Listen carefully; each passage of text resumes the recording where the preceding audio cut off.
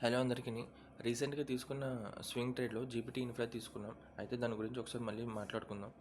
మనం ఎంట్రీ ఎందుకు తీసుకున్నాం, ఎలా తీసుకున్నాం అనేది. మనం డే టైం ఫ్రేమ్లో మన రేంజ్లో ఉన్న డిస్కౌంట్ లెవెల్లో ఉన్నాం. అంటే డిస్కౌంట్ లెవెల్లో ఉన్నప్పుడు ప్రతిసారిని మనం బయింగ్కే చూడాలి.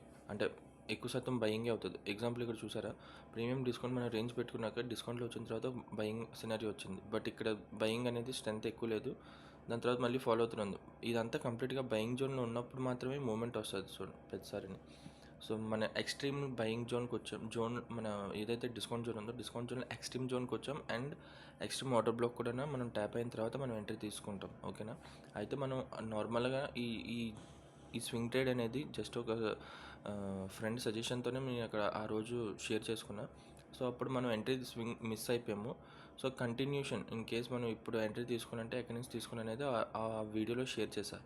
ఓకే. అయితే డే టైం ఫ్రేమ్లో మనం ఈ కంప్లీట్ డే క్యాండిల్ ఏదైతే ఉందో దాని హై బ్రేక్ అయితే మనం ఎంట్రీ తీసుకొని ఫస్ట్ హై ఏదైతే ఉందో అదిని, అండ్ సెకండ్ టార్గెట్ మనం ఈ ట్రిపుల్ టాప్ అనేది ఉందో ఏదైతే ఉందో దాన్ని లిక్విడిటీ ఉంటుంది దాని మీద. సో అది బ్రేక్ చేయడం అనేది మన second target and final target. ప్రజెంట్కి అయితే మనం స్వింగ్ ట్రేడ్ అనేది ఒక 2 days minimum and max 12 working days అంతే. అంత మించి ఎక్కువ రోజులు ఉంచుకోము.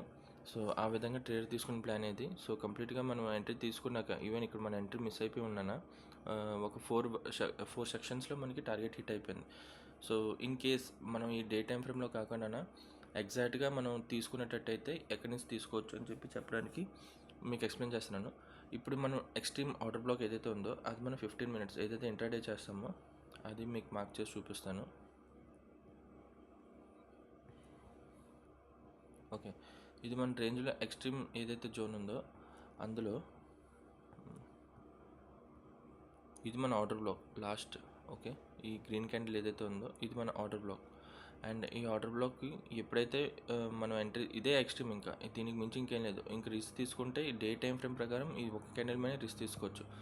సో మనం ఎక్స్ట్రీమ్లో ట్యాప్ అయిన తర్వాత ఆ క్యాండిల్ ప్రకారం ఎంట్రీ ఇక్కడ తీసుకొని స్టాప్ లాస్ దాని కింద పెట్టుకుంటే 5.5 రూపీస్తో స్టాప్ లాస్ పెట్టుకొని మన టార్గెట్ ఏదైతే ఉందో డే టైం ఫ్రేమ్ ప్రకారం తీసుకున్నాం కాబట్టి ఆ టార్గెట్ అక్కడ మనం పెట్టుకోవచ్చు. ఓకేనా. సో ఇక్కడ ఎంట్రీ ఉంది, అది ఎంట్రీ ఇక్కడ ఉంది. మన టార్గెట్ ఏదైతే ఉందో కంప్లీట్ దానిలాగే ట్రిపుల్ టాప్ ఏదైతే ఉందో దాని లిక్విడిటీ గ్రాప్ చేయడం మన target first. So final target ఇప్పుడు ప్రజెంట్ ఉన్న దానికి.